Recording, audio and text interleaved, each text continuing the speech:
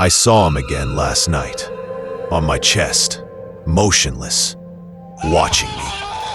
It was the fifth night in a row. I couldn't move, I couldn't scream. I could only feel his weight, his presence.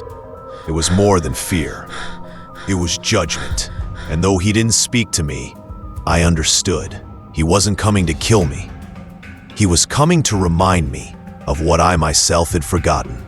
I was diagnosed with sleep paralysis years ago. According to the doctors, it is a dissociation between body and consciousness, a mechanical failure of awakening.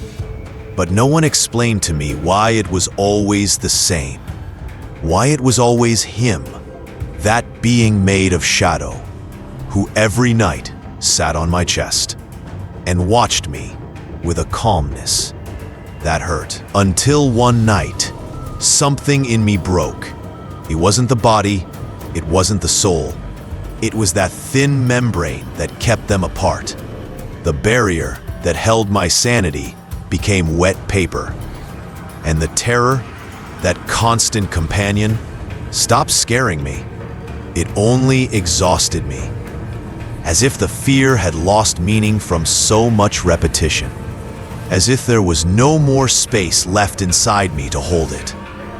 That night, as the weight crushed my chest again, as his presence manifested itself as a lump in my throat that wouldn't even let me swallow saliva, as his invisible eyes rested once more on my forehead, I didn't scream, I didn't pray, I didn't kick inside as other times. I just surrendered. I didn't do it bravely. I didn't do it wisely. I did it because I had no strength or excuses left. And then, in that gap of surrender, between paralysis and drowning, between wakefulness and oblivion, I asked it, not with my lips, because they were still as immobile as the rest of my body. I said it with that inner voice that one only hears when the world outside shuts down. That voice that never lies, because it cannot hide from itself. And I simply said, "What do you want from me?" I expected everything, but what happened next? I expected violence, pain, even deeper darkness. But what I received was an embrace, a warmth that came not from outside, but from a remote corner of my own being. One I thought dead years ago. A voice that was mine and was not. A presence that did not devour me, enveloped me, that did not punish me. It showed me, and in that moment, I understood that I had not been attacked all those nights. I had been visited by something that was not coming to destroy me. It was coming to show me what I refused to look at. And then I saw him, not as memories are seen, but as wounds that never closed or revived. I saw his face, his smile, that smile that always said more than he dared to put into words.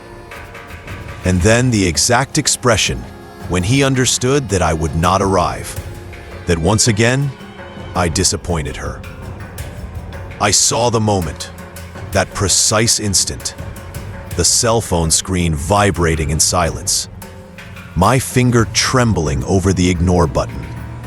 The stupid thought, "I'll call you back later." I saw the promise I broke. Promise made in a low voice, almost like a whisper. "This time I won't let you down." A lie that even I didn't fully believe. I saw the accident, the light, the sound of brakes, the call I did answer, but too late. I saw the hospital, the empty waiting room, the echo of footsteps I didn't take, the smell of disinfectant mixed with guilt. The moment they told me he didn't survive, I saw the funeral, or rather, I saw how I made excuses not to go, how I said it was too painful, when the truth is, I was terrified to face his absence. And I saw the mirror, the one I took down from the wall, the one I avoided for years, because I couldn't stand what it reflected.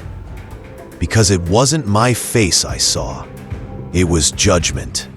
It was her, looking back at me from the other side, asking me, why? That demon that visited me every night was not hell. It was me, my guilt shaping me, my soul screaming what my mind refused to hear. I had made a mistake, one that cost the life of someone who loved me, and I hated myself for still being alive. For the first time in years, I cried, but it was not from fear, not from the invisible weight in my chest, nor from the suffocation of not being able to move. I cried of release, as if each tear tore a piece from the wall I built inside me, as if the soul, at last, had found a crack through which to breathe. The demon disappeared, not with violence, not with screams or shadows crawling back into the abyss, simply gone, as if it had served its purpose, as if it was never a punishment, but a presence waiting to be understood. And in its place, something else was left, a space, empty, but not of terror, but of possibility. As if there was finally room for forgiveness. As if in the midst of the silence, a question was born. What if I deserved to heal? What if hell was just the way my soul found to ask me to return to myself? Sometimes the cruelest punishment does not come from outside. It comes from within. We are the architects of our nightmares, the jailers of our faults, and the only ones who can grant ourselves a reprieve. The paralysis was not a curse. It was an intervention, a last chance to listen to my soul. And today I ask you, what are you hiding from? Who have you not forgiven? Or who have you not dared to ask for forgiveness? Because when you keep a hell inside, sooner or later, it comes to visit you. Come visit you. Thanks for peeking into the rift. Subscribe to keep exploring, and I'll see you in the comments.